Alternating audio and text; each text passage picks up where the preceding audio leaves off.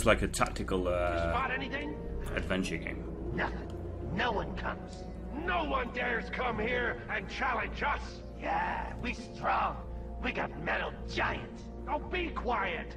Enough of you. Get back to your post. So we have a small encounter here with two enemies, and as you can see around the Howler Ghoul, this big white ring. So this is how we communicate what the enemy can hear and see. And if you get caught within the ring, then tactical combat will begin, where the enemy has the first turn, which will leave you in a bad tactical position. But you can also, outside the ring, start ambush at any time, where you will enter tactical combat where you get the first turn. Yeah, so I'm going to do that now, because I want to get rid of the Howler Ghoul. I didn't go into cover there. I need to move into cover quick. The Howler Ghoul is quite nasty because, as you can see, she has this big trumpet on her back. So when she gets a turn, she will blow the trumpet, which it's like a ghoul war cry, which will cause new ghouls to arrive to the combat scene and enter the battle. So you'll end up with reinforcements spawning into the fight, and you don't really want that. So we use our stealth weapons on two of our characters, Selma and Dux, to silently take down the Howler Ghoul without anybody noticing, so we can just get rid of her. So I'm going to bring... Oh, I brought Baum in there. That's all right. Yeah, he's got a very noisy gun, so we should probably... Yeah, I'm going to bring Dux here instead. Now, I'm not putting him into cover at the moment because I'm pretty certain that these ghouls aren't much of a problem. There's two guys here. Yeah, for some reason, I know that they're there. So I'm just going to use a mutation. Of course, a game called Mutant would have some mutations in it. Now, Dux has got this Mothwings mutation, which will give me 100% crit chance if I'm higher, because I've got a high ground advantage here. So,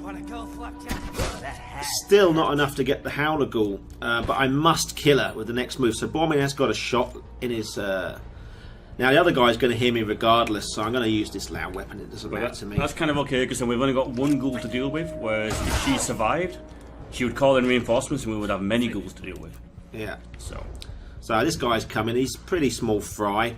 And for some reason we know he's the only one in this little area here. But normally we'd have to be very careful, because there could be other ghouls that we haven't spotted that might just join the battle. You would sneak around a lot more and see if you could see anybody else. Let's get rid of this guy. So he's got a really good position, the pistol ghoul, because he's hiding in a high cover. So he's almost impossible to hit unless you can flank him. I'm going to have a go at him. I'm pretty certain I can get him. 61? So, yeah, I'm going to just... let's try 61. Oh, I haven't reloaded with this. That's really good. Schoolboy error there. Okay, man. You could grenade him. Yeah, let's grenade him. I put Borman into Overwatch. So what I'm going to do with Selma, I'm going to remove his grenade. His grenade. Yeah. And he used the cover. Sorry, it's been a long day. It's probably going to remove Borman's cover. Yep. There we go. It's okay, because now you can take him out with Bowman. Yeah, let's just get rid of him. Oh, 50%. Let's get closer. Let's get closer. He hasn't got any cover. So. Yeah, Bowman's only got very short range weapons here. I could have put him in Overwatch. Now he's in Overwatch. I'm not playing very smart here, am I? But let's just get rid of him. It's alright. He can take the shot. It doesn't matter to me. It's a pathetic little pistol ghoul. Here we go. Let's get rid of him. I want rid of this guy. Still going. Alright. The ghoul that just won't die. There we go. Just do it over here, yeah. He's reloaded, so he should be alright. We can get him a new weapon shortly. Okay, that's him out of the picture. Because we want to just go for a couple of bits before we get into the fight proper. So they're just leveled up there.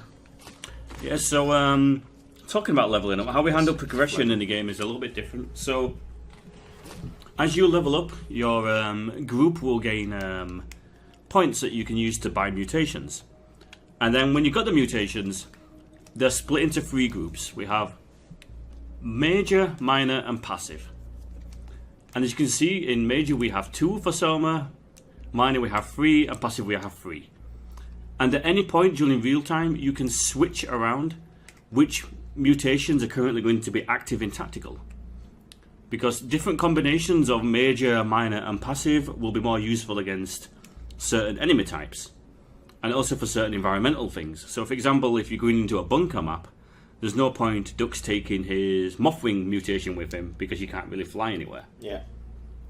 Whereas if you're fighting, say, robotic units, you might want to change your mutations to kind of match, to be more useful against robots rather than flesh enemies. Yeah, like the circuit breaking.